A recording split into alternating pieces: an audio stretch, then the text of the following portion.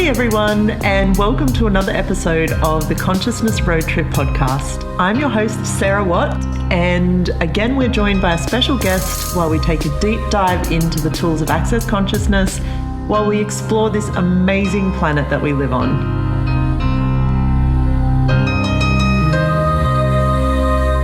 Welcome everyone for another episode of the Consciousness Road Trip podcast, and today I'm joined by someone who is my very good friend. We work together, we create together, and he's also my big brother, Brendon Watt. Hi. What did you say then? I said, I'm your brother. Yeah, you're my big brother. Yeah. Just say that. That's all that matters. So I had an idea. I may have been in the shower. I may have been sleeping and dreamt it. Who knows? But basically, I had an idea for this podcast. I've been doing this podcast now for, I don't know, maybe 12 months or something like that. And you know yourself, recording podcasts, there's so much great information out there. There's so many people doing podcasts. And I was kind of getting a little bit bored with it. I was like, doing a podcast every week just for the doing it was kind of getting a little bit, yawn factor. So I was looking at, okay, so what would be fun for me? And I chose to come up with a bit of a mini series within my podcast. And I've started asking a bunch of people to come on. And you're actually my first person to be on this little sort of side series. And what I've called it is How One Person Can Change the World. Without that being like this whole sort of significant thing, it's more just like and for me as well, like I get a sense with where the world is at the moment. A lot of people desire to change and create change and have something different now. But a lot of the time for me, yep. Well, what a lot of people do though is they look to, okay, how can I change the world, but not how can I change me? That will be the change in the world. And that's the place that that's the place that creates the change in the world, is when we're willing to be all of us. You've already changed the world. But it's like, for me, growing up, it was like, there was all this stuff about, it was more about saving the world. And it's like even with changing the world, it's like we go into this weird stuff in our head where we go, okay, so what do I have to do to change the world? Rather than, okay, so if I was willing to be everything I am, everything, then what change does that already create in the world? And this is where this whole thing of being us, like being as different as we are, and even that, like, because it's like saying that a lot of people go to, but how do I work? Yeah, but we've learned how to live our lives. We've created ourselves based on so many different things, and we kind of just over time and as we're growing up, we kind of lose all that stuff that's really valuable to us, like the joy, and we start judging and we start creating this image of us because that's what people want to see. That's what I need to project into the world. That's how I'm going to be successful. That's how I'm going to make money. That's how I'm going to get my life right. And it takes away the essence of who we are. And it's like, I know for me, when I meet someone who's just them, my life changes instantaneously. I'm like, oh, I want to be more of me now. But it's like, but that's the way we change the world, because that person meets another person and they get to be all of them. And I think we have to get away from this idea that it's so much about the doing rather than what can we be to change the world. That's so cool. And now someone started like using a bandsaw or something right next door. So see how this goes with the sound. But well, that was like really. People are noisy. It's okay. Yeah.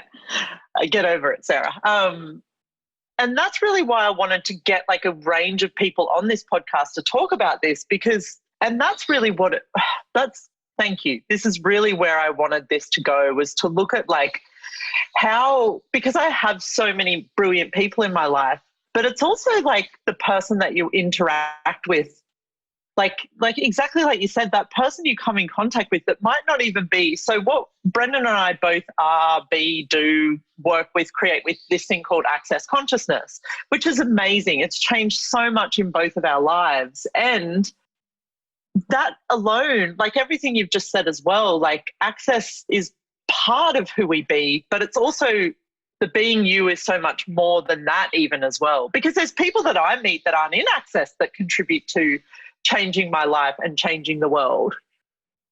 Well, the only thing, I mean, it's like access is, I mean, it's about empowering people to know what they know. And that's the thing that I loved about it, because it was like, you know, I'd done all the different things. I read all the spiritual things and the metaphysical things, and I was looking for something different. I was like, okay, where do I, like, because, I mean, I probably speak to the both of us and a lot of people who are listening. It's like, you know, for me growing up, it was like, you know, so many people would be, this is all there is. You know, you work, you get a family, you pay taxes, you go on holidays, you blah, blah, blah, and then you die. And I was like, no, that can't be it. That just can't. And it's from this knowing of, you know, that there has to be something else. There's got to be something greater than what people say that is life here. And see, for me, it's like, if I know for me, if I'm joyful, if I'm happy, nothing can stop me. I can create anything. And in that, it's like, that's the place in which what I know is available in totality. I have total awareness of everything when I'm willing to be totally me. And a lot of us have it. Like, you'll have, you know, for a lot of us, it's 10 minutes a day where you go, oh my God, I'm joyful. And then 10 minutes goes by and then you're like, oh, where did it go? I feel like shit again. But it's like, but we have the possibilities to have that all the time. And what we have to be willing to look at is, there's a lot of us on this planet. There's a lot of us, and we're all different. Each one of us is different in our own way.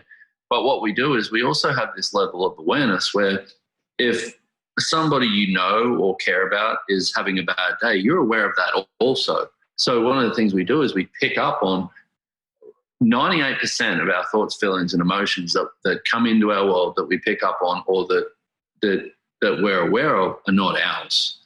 And the tool that we use with that is, who does it belong to? Who does this belong to for every thought, feeling, and emotion that comes up for at least 3 days? And it starts to get you free, so that you actually start to get a sense of who you are, not your awareness of everybody else's worlds. And in saying that, it's like, see, because there's not one of us who hasn't had a time where you're just totally joyful, you're totally happy, and then all of a sudden, instantaneously, you're angry or you're sad, and you're like, what? Yeah, well, are you aware of like something that's going on? So I would say that is a dynamic tool in getting more of a sense of what's true for you.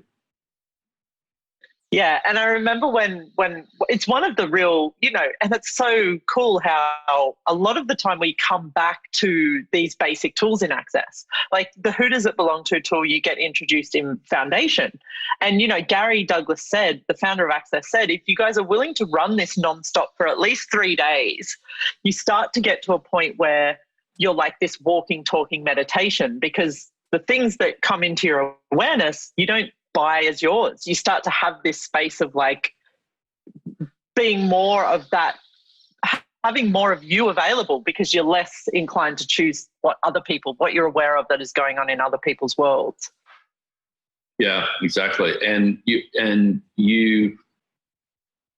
get to realize that it's like, see, what we do is, it's like, so you'll get something like that show up where you're going along and everything's happy and everything's working, and then all of a sudden you're sad or you're angry or you've got some twist in your world and you're trying to change it, but it doesn't change. And that's the thing, is when you have an awareness of something else that's not yours, something you haven't created but you're aware of, you can't change it. So what we do is we buy into somebody else's reality, and then we go, well, why can't I change this crank in my world? Or why can't I change this upset? Or why can't I change this depression? Or why can't I change this anger? You can't change it because it's not yours. So you're trying to change somebody else's choices that they're making in order to be angry or upset or whatever it is. But you can't change that. You can only be aware of it. So this tool it's like to get you out of that place of thinking that everything is yours. And see, because it's like when I first started Access, I literally thought that I was the worst person on the planet. I hated myself, and I didn't just hate my life, I hated me. And when I came along to Access, and it's like, and I was doing it all sad, depressed, morose, angry, all of it. And when I came along to Access and learned this tool, I went, oh, none of it was mine. And I went, and it shifted my whole life, because I've been trying to, for 30 years, I've been trying to change something I couldn't change. And this is what we do with depression. And it's like with what's going on the planet right now, with the lockdown and with COVID, is it's like you have a lot of people who are trying to find the future they used to have that no longer exists. Like we went from, I take the kids to school, I've got my job, I've got this much money a week, I've got my predictable future is there. It's right in front of me. I can see it. It's tangible. It's creatable based on what I know. But it's not quite based on what we know. It's based on what we've done before, which takes us out of knowing. And so the thing with this is, so we've got pretty much the whole planet at the moment is got all of these different things going on. And for a lot of people who I talk to every day, it's like, if something's going on for me, like if I wake up and just go, oh my God, I just have this crank in my world, 99% of the time, 99% of the people I talk to have the same thing, because we're all connected in oneness. We're all connected. And that's the way that consciousness works, is we as beings are all connected. So it's like, and we talk about this, one thing in Access that we talk about is quantum entanglements. And you'll hear about it in physics and stuff like that, but it's in quantum physics, but it's like, it's where everything is interconnected. So if one thing changes, then whatever it's connected to changes also. And this is the way that we all function as beings, because it's like we'll go, okay, so we've got 8 billion people plus on the planet right now, and let's say 7 billion, 900 million are having, like a bit of a stress out about their lives right now. You're going to be aware of that. So, but that's the place where we've got to get to, okay, who's this belong to? Is this actually mine? Is this my reality? Is this the choices that I'd like to make? Or now do I have a different future that I can create? But it has to start with a question. Has to start every day, and it's not even every day, it's in every moment of, okay, who am I now, and what grand and glorious adventures can I have? So that you're constantly recreating yourself now, because it's like, and I know I'm talking a lot, but that's what I do. I've got about 6 things I need to say, but that's okay. I'm almost there. But it's like, but see, that's the way the planet functions. Okay, we live on this big, beautiful planet. It's like, oh my God, is it beautiful? And it doesn't go every day, okay, what problems do I need to fix? What do I need to solve? What do I need to do? It just goes, oh, what can I generate today? And what we saw with the lockdown and with this COVID stuff is, as soon as people were locked in their houses and couldn't go out, so cars stopped, public transport, consumption of just a lot of different things changed, the planet generated itself pretty much instantaneously. Like the things that we started seeing, I mean, they saw like clear water in the canals of Venice. They saw dolphins in the canals of Venice. They saw the Himalayas from India. Children in China saw blue skies for the first time in their whole lives. I mean, can you imagine as a 10-year-old kid growing up in China where all you've seen is smog as a sky, like you wouldn't know any different. And then they get up and they see blue skies and they're like, oh my God, that's pretty. That's much prettier. But it's like, but that's how quickly we can change also and generate our lives and generate our futures if we're willing to be in the question.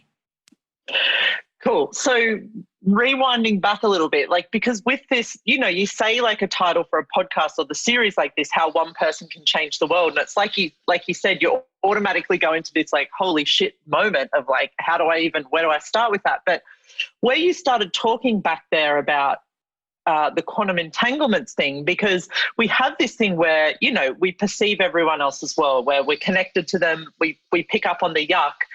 The moment that one of us is willing to ask that question, who does this belong to, and then choose to not buy into it as being yours, in that moment, is that where that person is also contributing to changing the world? Because that one person then chooses something different, and then it's almost like the quantum entanglements work both ways, because it works the ways where we're all interconnected with the thing we're picking up on each other's whatever's going on in our world. It also works the opposite. When we're willing to change something, it ripples out through those quantum entanglements and gives the world and people a different choice. Well, it's how the universe works. And I mean, it's like, see, if you have a limitation in your life, and then you go to somebody and you project that limitation upon them, and then they buy that limitation as real and true for them, based on you choosing that limitation and you creating that as a limitation in your life, then not only do you now become limited of it, but so do they, because they've just bought it and went, oh, that sounds real, that sounds true, let me be limited by that too. And it's like they have this game called telephone. You know, it's like, oh, yeah, what's that? And, you know, someone will say something and then the other person will call the next person and then it's slightly off, and then the other person will call the next person and it's slightly off. Like Chinese whispers. Like Chinese whispers. And that's pretty much the way that we've created this reality. Is it's like we've gone from what's true and then taken a little bit away from it, and then a little bit away from it, and a little bit away from it, until we've gotten to this place where basically what's true doesn't exist. Because if you looked at it, I mean, one of the things I learned years ago was, what if everything that you've ever thought you knew was a lie? And it's like, for me, what I've seen over the years is, it's like everything that I let run my life, everything that I'd let own me, everything that I decided I wasn't me. So, and this is the thing that we do. So when I go, for myself personally, when I go, you know what, I'm going to change this today, whatever it takes, whatever I have to be or do, I'm going to change this. And when that energy changes, because that's the thing with limitations, is when we're stuck in the middle of it, like when you're going, I have a money problem, or I just cannot change my relationship, or whatever that is, and you feel like you just can't get out of it, you've solidified it as a limitation. So you've built it like a concrete wall around you. When you recognize that it's not actually solid, it's an invention, we've invented that, because the problems aren't real. We create them. So if we create them, we've invented them. If we've invented them, then we can change them. And that's the place that if we look at, this is how we change the world, is it's like if you go, okay, so rather than go into the rabbit hole of whatever's going on in your life right now and go, okay, I need to go to my head. How do I figure it out? How do I figure it out? How do I get out of this? Go, okay, what question can I ask here that would change this with total ease? And that could be, it's like, I mean, we've got so many questions, but anything, like if you look at it in your life right now, and this is the place where you've got to be really present with yourself. But if you start listening to everything you think and everything you talk, then you'll start seeing how you're creating your life. Now, when things come out of your mouth and they're not a question, like, oh, this is just the way it is, or money's just hard to make. And I've done all of this. I mean, the amount of things I've caught myself on where I'm like, wow, that's how I'm creating my life. But it's like, I mean, one example is I had this point of view that I hated money. And then I went, one day I caught myself with that and I went, okay, what is this?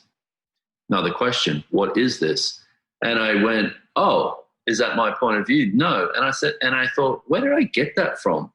And I remembered that when I was a kid, everybody, when they talked about money, had conflict. They always argued. If it was about money, there was an argument, or there was an upset, or there was anger, or there was something. And I went, oh, well, I don't want anger. I don't want upset. I don't want confrontation. I don't want money. That one point of view in that one moment meant I never had the capacity to make money. As soon as I changed that point of view, my whole financial reality changed. And this is really the speed at which we can create something different in our lives if we're willing to be present with what we're saying, what we're thinking, what we're doing, what we're choosing, because they're the things that are creating us. Yeah. So cool. Yeah, if you listen to this podcast, then it's like, but see, with this though, like what I'm talking about, because see, I did victim as well. Like 10 years ago when I first started doing access classes, I went, well, I don't have any money because, and I'm not happy because, and I'm a victim because, and, you know, childhood wasn't much fun, so that means I'm all screwed up. And, you know, I had so many excuses for where my life was at. And I walked into this first, the class was called Level 2 and 3 at the time. I walked into that class, and one of the first things that Gary Douglas said was, he said, everything that's showing up in your life today is based on every single choice you've ever made. And when he said that, I had a serious light bulb moment, because I went, oh, I've created all of it. If I've created my life based on the choices I've made, and I've created it into this pile of shit, then I could just make some different choices. And I did from that day forth, and my life started changing. So it really is, okay, what do I want to create as my life, and how do I get there? Yeah. And not having, because, you know, a lot of the time for me when I start asking those questions, I go back and look at the things that have worked and haven't worked before. And that's where I create those reference points to choose what's next. But also it's having a place where, you know, you spoke about you did a telecall just a couple of hours ago, a year-long series that you're doing called The C Word, which you can still join, and it's brilliant. And you talked about this 2% thing as well. The choice word. It's not the swear word. It's not the other C word. And you talked about this 2% thing as well, and that for me is what I found with that was everywhere I go to, creating myself based on anything I've created or chosen or not chosen before, and really how much more we have available when we're willing to ask questions and to not, like, it's almost like this thing of like the definition of who we are. Yeah, well, you have to go out of question in order to define you. Every time you go out of question, you create another definition of who you've decided you are, so that you don't have to ask questions. Every time you ask a question, then you have to be willing to be aware of that which you're asking for, which means you can't have any definition of you. And it's like, see, one of the things I realized, like, even with like facilitating, you know, I facilitate classes around the world, and it's like, you know, and people would be like, oh my God, that class was amazing. And they are. And I'm like, oh, I'm running at 2%. And it's like, when I realized, I did a class a couple of weeks ago, and I went, oh, it had more of a sense of 3%. And I went, oh, wow. And it was way more dynamic.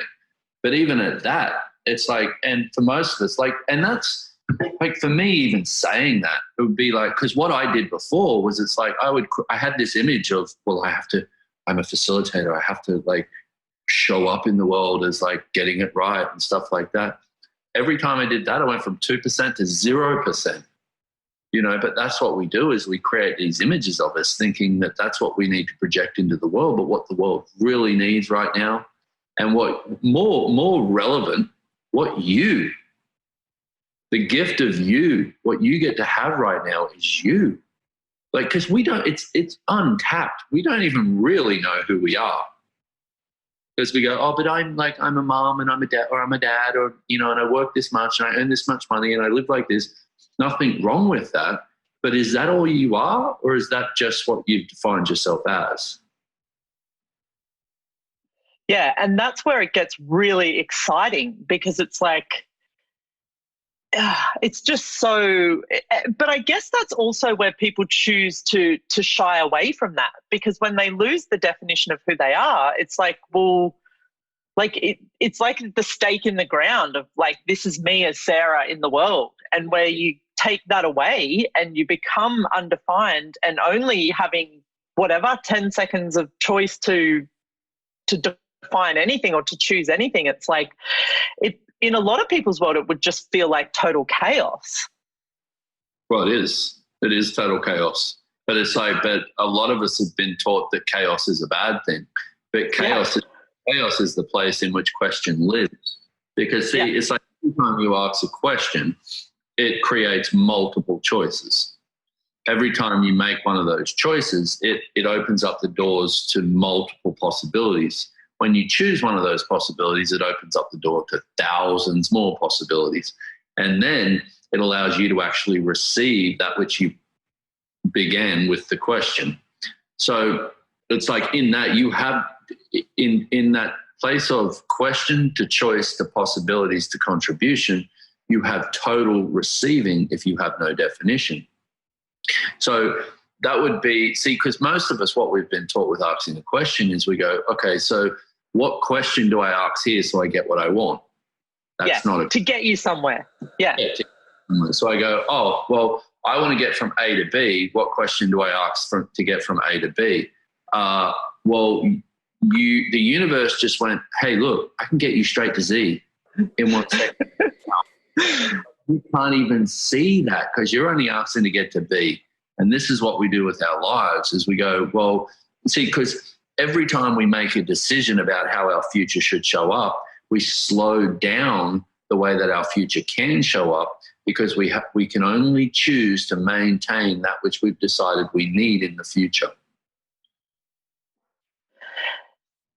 Cool. And talking to that point, because I get that's the thing that probably slows a lot of people down is like, well, what's going to happen to my children? What's going to happen to my husband? What's going to happen to my job? Like, can we talk quickly to that place where having this space of way more of you and it not being defined and still having the things that you have in your life, like where being that space actually includes everything and everyone and creates so much more for them as well.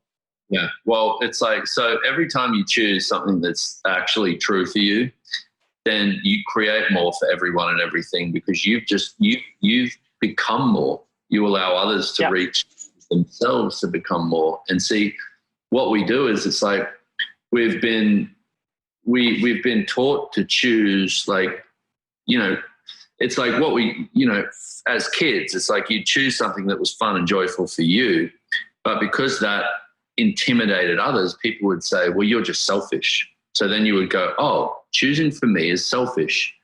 But then you would fight against being selfish, and then you would start choosing for you by excluding everybody else. Whereas when you were a kid and you were actually choosing for you, you weren't being selfish at all.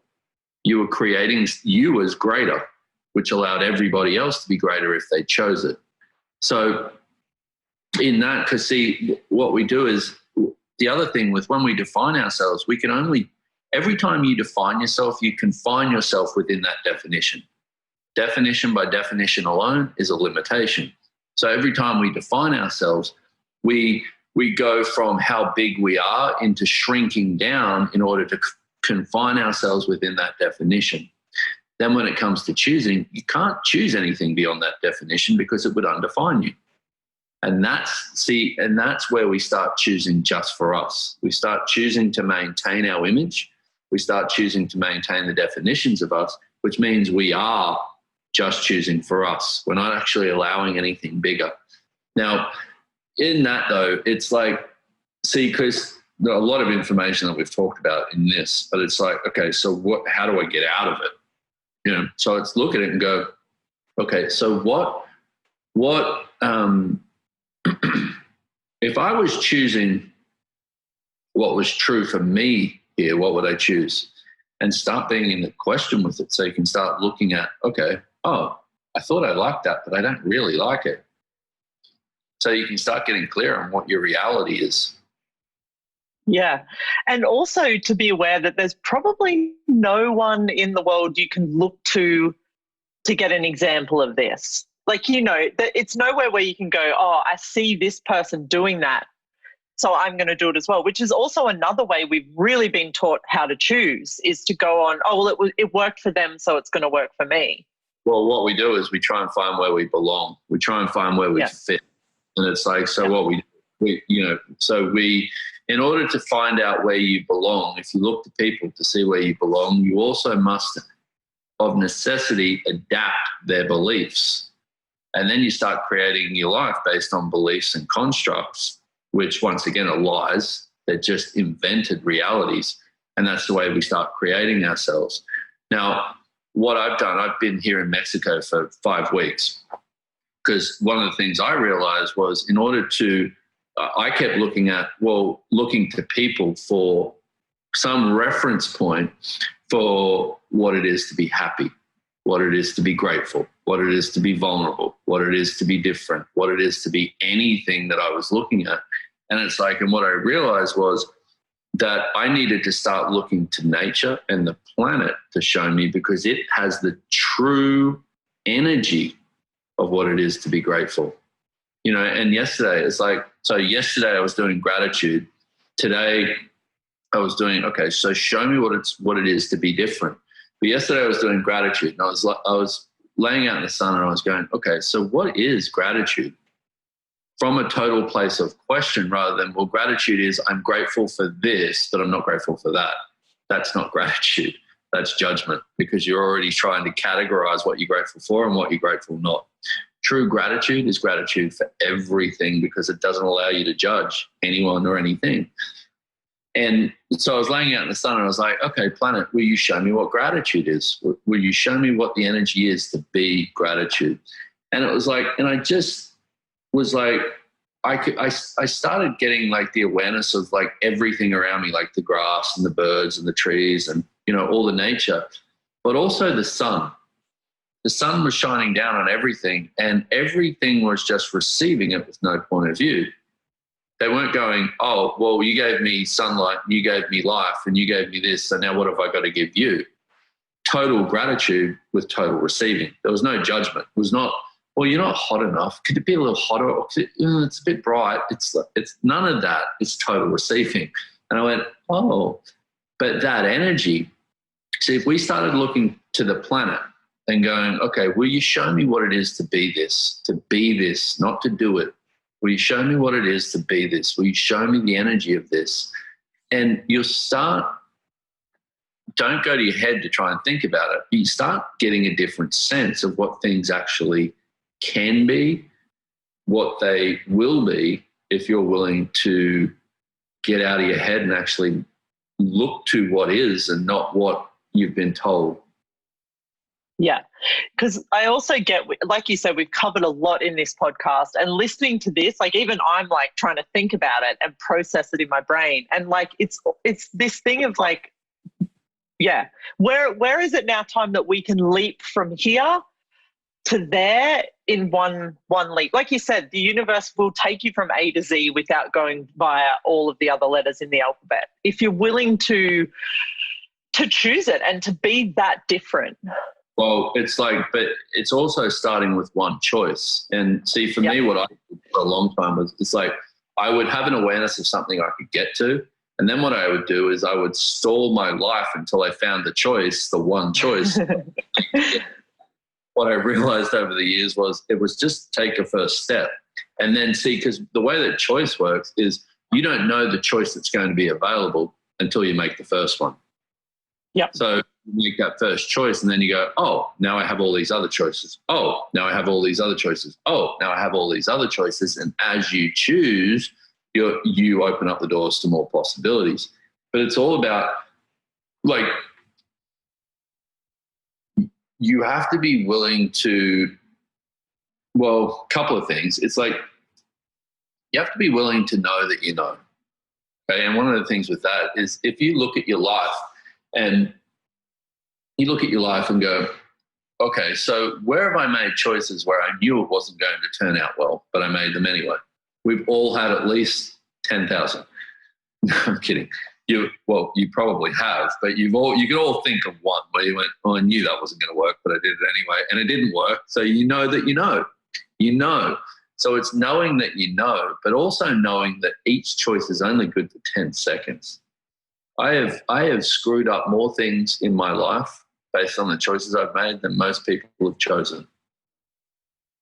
And I know that because I'm willing to screw up. But it's like, it's not about getting your choices right and finding the right target or the right life, or it's just choosing and going, oh, that didn't really work out. Now what choice do I have? See, with that, because it's like every single choice we make creates an awareness if we're willing to be aware. If we're willing to be present with what we choose, and we go, if there was no such thing as failure, and you went, see, because most people would look at a choice that doesn't work and go, oh, well, that's bad, that's wrong, that didn't work. Whereas if you look at it and go, okay, what awareness did I get from it? Oh, okay, I got the awareness that that's not really going to work for me. Okay, now you know, and you get to have that forever, that is not going to work for you. You just got more of you by your willingness to choose and your willingness to be aware of what that choice created. And that's when you can change it. Yeah. And choose something different. Yeah. But choose something different, but you have to be willing to be different. Yes. Well, that's the big thing as well, that all of this is really almost funneling into, in a way. Like, we started out the podcast 17 hours ago talking about, how one person can change the world. And we went into this place of like where you're willing to show up and be you, and how even just that energetic interaction with another person is an invitation to them to choose something different. And every single piece of this along the way, for me, has this thing of like, the more different you're willing to be from anyone else, because you can't, like we said, you can't go to someone as an example of this. You can't read a book. I mean, there's obviously a lot of Access books. There's a lot of tools in Access. But the thing is, you've got to choose to be someone that's really, really different. Well, and you're also not alone either. See, because what a lot of people do is they go, well, then I'll be all alone. No, you won't be all alone, because you still have the universe and you still have everyone in it. But it's like... And you have the people choosing something different as well. So... Yeah. But also it's like, it's look to those people. Like, I have so many people in my life who are just great, and they're great, but it's who they are. So I'll look to certain people. Someone might be great with money, or it's like someone might just be willing to be them all the time, or they'll have some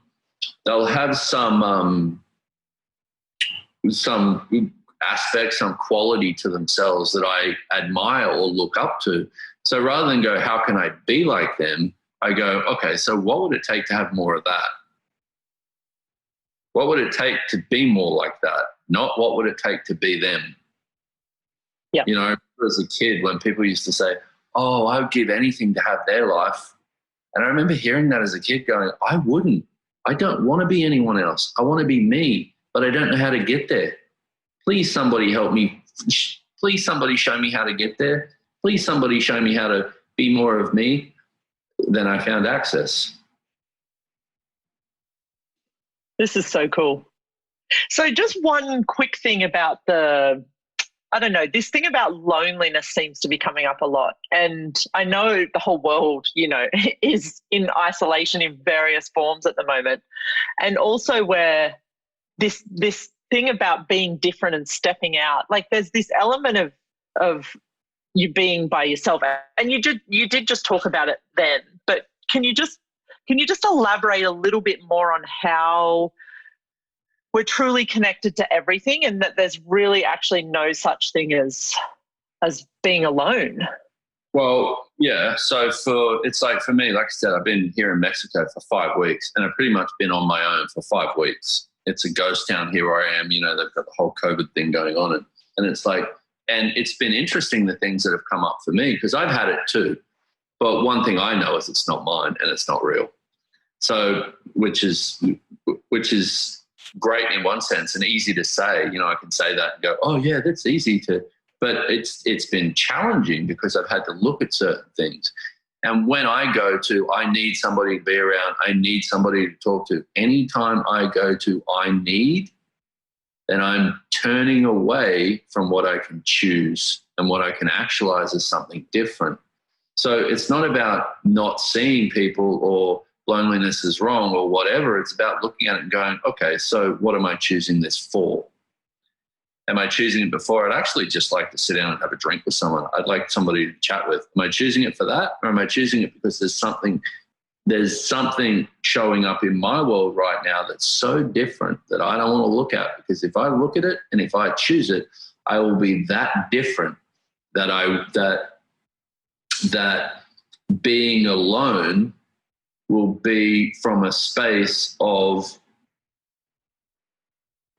nobody will have to, that I won't have to rely on anybody ever again in order to have me. And that's that's a really different space from which to live, when you can go, oh, if I was all alone for the rest of my life, who would I be? And see, because the big lie here is that you can be all alone. So what we do is, when there's a lie in place like that, we avoid the lie. We go, oh, being alone is bad, being alone is wrong. Being alone is a lie, because you can't be a lie. So we're spending our lives trying to fit in, trying to be normal, trying to get ourselves like everybody else so that we're never alone. But being alone is the lie that keeps us choosing to be like everybody else. If we recognize, oh, it's a lie, then every time you get to something different and you have that space of no need, then everyone wants to talk to you, and it's really annoying. It's so funny, like, go. Well, it's just a different place to live, a different space to live from. Like, you got to look at it and go, okay, so what am I inventing here with the needs I'm choosing? Yeah. What invention am I using to create the needs I'm choosing? And then I'm going to introduce you to something else, if you haven't heard it yet, which you've probably said on here, but it's the clearing statement. So the clearing statement for access is right and wrong, good and bad, pod and pop, all 9 shorts, boys and beyonds. You can get a description of it on theclearingstatement.com. But it's, so when that comes up for you, is go, okay, so what invention am I using to create the needs I'm choosing? Oh, everything that is times a godzillion, right, wrong, good and bad, pod and pop, all 9 shorts, boys and beyonds, because it's an energy. Every invention is the energy that we use to solidify that which isn't true. When you use that clearing statement, it's about going back and undoing the decisions that you made to create it as a limitation. Talk about a superpower to get yourself free of all the shit in your life. And it's like this unraveling, because, you know, we've talked about all of these different things in this podcast, and that's why I love doing podcasts with you, because it's like talk about like a whole class or two in, 30 minutes or something like that. But if it feels like now's the time, if you're listening to this and you're like, wow, like I heard maybe 1% of that, but there's such a sense of possibility and lightness to it, use the clearing statement and use a couple of these tools and allow it to start unraveling some of that tightly woven stuff. Like all this stuff where you're trying to be like, oh, well, he said that and then he said that and now I need to figure this out. Like, what if it could be way easier than trying to figure any of it out? And what if everything, that Brendon's brought up on this podcast could be changed and undone really easily simply by picking up a couple of these questions and using them, and using the clearing statement, and just allowing things to start to become less tight, to sort of unravel a little bit and just to start to roll out. And then just every time you get to that point again, be like, oh, I'm in that place again where I'm trying to figure it out, or I'm trying to create a need to be with this person, or I'm creating something over here that just doesn't even feel fun to me. Like, what question can I ask here? And just run the clearing statement. Well, and you gotta like, it's reteaching yourself about what's true and what's a lie. And see, because the only person that's a truth and a lie for is you, because we're all different. Something that could be true for me could be a lie for you. It might not be true for you at all. But this is what we do with, see, light and heavy. Like when you said that when everything's light, it's like, for me, it's like, I know in, like with talking to people, like I'll say the most outrageous shit you've ever heard, and then you can't make any cognitive or linear sense of it at all. And it's like, and then I'll go, okay, but does that make you feel lighter? And they're like, yeah, that's what's true for you. And see, what we do with our mind is it's like, we'll go, like you'll hear, even before, like talking about like quantum entanglements and stuff like that, you'll hear that and go, okay, mind, try and figure that out. Good luck. But does it make you feel lighter? You know, and if somebody says to you, you're pathetic, or you're just fucking mean, or you're whatever, it's like, okay, did that make you feel lighter? If that's a no, then, but how many of those times have you gone, oh my God, somebody called me mean, so I must be. And then I'll just cave into my little shell so I can not be mean, and I just want to hide everything that they just saw in me that makes me mean. No, if it's not light, it's not you. But we've got to go from that place. And it's like, got to go from that place of starting to become, well, it's not even become because you already are, but it's starting to acknowledge where you're aware of the energies in your life. Because we all have it. Like we know when you walk into a room and you just go, oh, this doesn't feel good. Or you'll go to choose something and you go, oh, that doesn't feel good. That's because you're aware of the energy.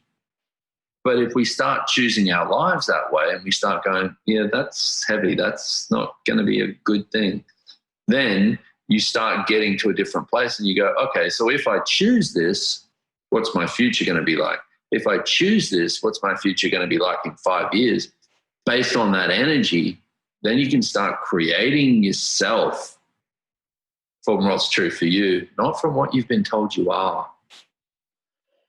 Yeah. And I love where you said re-education. Like that's the sense of like, what if every day was this discovery and re-education of you being you?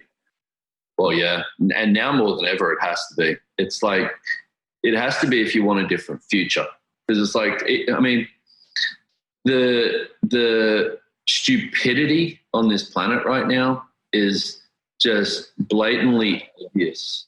The unintelligence that people choose to function from is like, really? You would choose that? But most people just go along with, oh, well, this is, it's like, COVID's here, so this is what we should do. It's like, where's the question in that? And it's like the amount of things out with it, like where people have spoken up and gone, I watched this thing this morning where it's like this guy was doing all the maths on the statistical reality of it. And it's like, we're not questioning this for what reason? Question is the place where you actually get the intelligence of you, and you actually get to the truth. When we go, oh, well, you said it, or, the president said it, or my country says it, or what my religion said. Yeah, you have just become an element within its limitation that can never get greater than what you've decided you belong to. This is where the question is the most dynamic thing to get you to what's true for you. Okay, what's true about this? What's a lie? Be curious. And no one has to agree with you. Like, because we base so much now as well on like, well, it's only true if like someone agrees with me. But what if like this thing of where you hear something and you go to that place of like, is that actually true? And you get a no. It's not like you then need to turn to the person beside you and get them to agree that it's not true. It's like this thing of like, yeah. You only do that if you've already decided it's not true. Okay. If you need somebody to align and agree with your point of view, you've already decided that it's not real. Oh my God. We're going to be on this podcast for days. So if I can agree with it, then you can prove it's real, but you don't have to know it's real.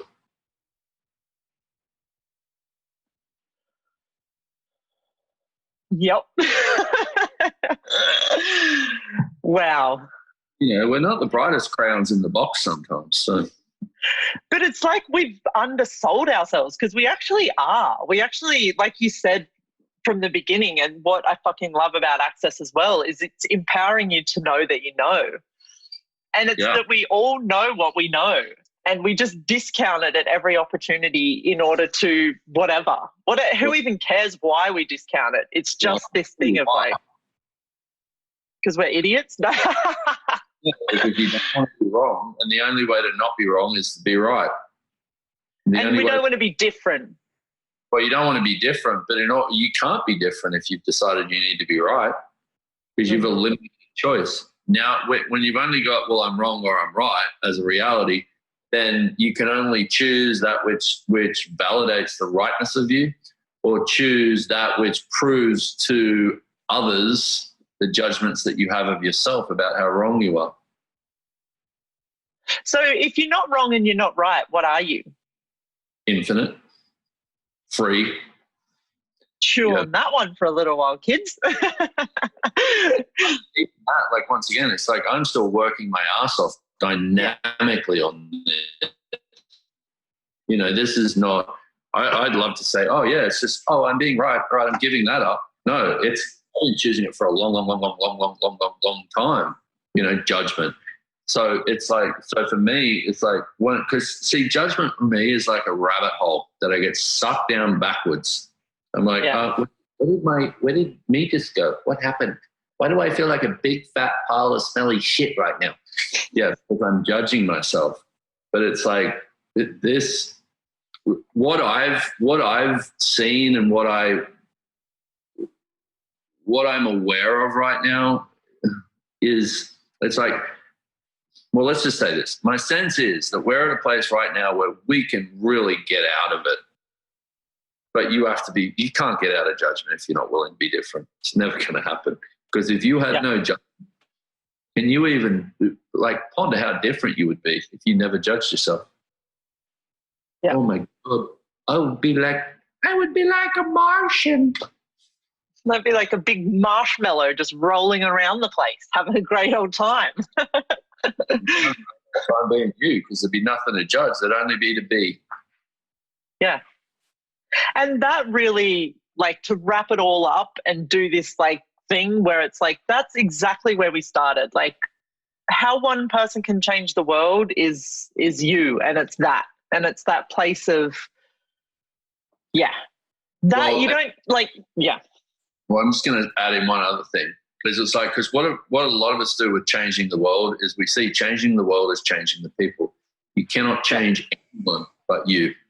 You can change you and be the inspiration and the invitation for others to change, but only because they see in you what they know they are. If they can see it in you, they already are it. As you change, more of them, then they can choose more of them. But we've got to get out of this idea of, well, let's neglect ourselves and everything that's valuable to us so that we can change everybody else. No, other people have to make a choice also to change. And a lot of people have in this, with what's going on in the world today. It's I love it. I see so many different things. It's before we get off this, I have to read something. So you talk for a minute. Well, I don't really know what to say. It's So, because go. Well, it's so I got this message from a friend the other day, and it's this. Oh, where is it? Hold on. Oh, you need to keep talking because I got to find it. So, just this thing of I'm so glad I called it this how one person can change the world, and everything that this is bringing up for me personally as well, because I automatically went to the doing part of it too, and where, creating something that changes poverty or more peace or something within that the government's created.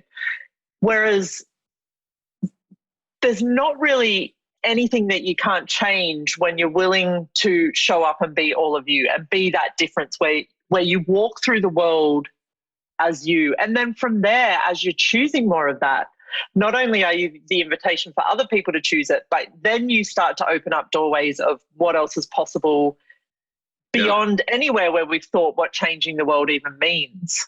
What if what we thought changing the world was, like you were saying before, it well, in Access, we say it never shows up the way you think it's going to. What if changing the world is nothing like you'd ever been told it was? Yep. And it is. what if, yeah. And I remember Dane here said on a call once, because I always had this thing of like, I want to create something in the world. I want to create a greater world. And this whole thing you're talking about with trying to change people is so on the money. And I heard Dane say in a class one day, what if your target, what if your desire was to create a life that is a gift to the world? Yeah. And I was like, wow, because that has no definition. That doesn't mean I'm going to paint like Rembrandt, or I'm going to be a musician like Mozart, or I'm going to like looking to these other people and how they've changed the world and how their lives were a gift, but also like what gift is my life and what gift can my life be to the world that has no definition and is not based on how anyone else has done it before. And that's that place of you never know how it's going to show up. It's like you might smile at somebody or, just be out of judgment of somebody for one moment. That's enough to change somebody's life. And because it's like, it's once again, it's the quantum entanglements. It's the way that we're all like, you will change one thing. It's like, I've had many things that I would, like most people would consider, well, that's like a small thing, but it's changed my whole life. Yeah. I constantly get that because it's like, when you don't have a definition of what change is, then you can actually believe it. So I want to read this letter that it's like this lady posted this on Instagram. It was a letter that she found in a caravan that this kid wrote in Australia. And it says, "Hi, my name is Poppy and I am 10 years old. This used to be our caravan and we traveled half of Australia in it. This was my bed, the top bunk, and it was very good. This drawer, which is where you found this letter, was where I kept all of my special things that I couldn't leave behind when we went traveling. I hope that you enjoy this caravan very much. I'm in grade 5 and I am very good at art. I have a message for you. Follow your dreams. If you have the choice between being right or being kind, choose kind. Enjoy this caravan." This is from a 10-year-old kid. And it's like, see, we don't know how we change the world, but that there changed mine. Because for a mine too. To see, like, for a 10-year-old kid, not only to say between being right or being kind, but to know that it's a choice to be kind and it's a choice to be right. I went, holy shit. And it's like, and these are the kids that are showing up these days, and not just kids. Like it like I said, you don't know what it's going to take to change the world, but what if kindness was the biggest key to it? Yeah. But in that, we've got to start learning how to be kind to ourselves. What can I choose for me today that would actually be kind? You know what the most unkind thing is to you is judging. Stop it before I find you and spank you. No, I'm kidding. Give you a good slapping. Mm-hmm. Oh. Stop it. Every time you go to judge yourself, stop it. If I was being kind to me right now, what would I choose? But you got to be a fucking asshole of yourself if you want to get out of judgment. It's no airy-fairy fucking wonderland of, oh, I'm just going to stop judging me. No, you fucking put your big boy pants on today. If you want to get out of judgment, stop fucking judging yourself. Yep. Okay. This is the energy it takes to get out of judgment, because you've got to be present enough with yourself to go, you know what? What's this creating? The only thing I'm creating with judging myself right now is destroying my life, destroying my being, and destroying my future. Is that truly the path I desire to go down? If it's not, go to question. What would it be like if I was being kind to me right now? What choices could I make that would be kind for me right now? If you've got a choice between being kind and being right, choose being kind. Please choose being kind to you. Yeah. Okay, that's all I have. Thank you so much. No, that was wonderful. Thank you so much. Very good. Well, I think we'll just leave it there. Was it the longest podcast ever or what? I think it was. I think it might have been. We've set some sort of record, and that was awesome. Thank you so much. And Cool. yeah, awesome. Okay, well, thank you for listening, everyone. I'll leave some notes in the show notes about where you can find more, and I'm going to go and choose a day of kindness to me. Good girl. So thank you. Thanks, guys. See you on the next episode. Thank you, Brendon. Thank you. Thank you so much for joining me on this episode of the Consciousness Road Trip podcast. If you'd like to find more of my podcast or more information, you can head to my website, sarahwatt.com.au/road trip or sarahwatt.podbean.com. See you on the next episode.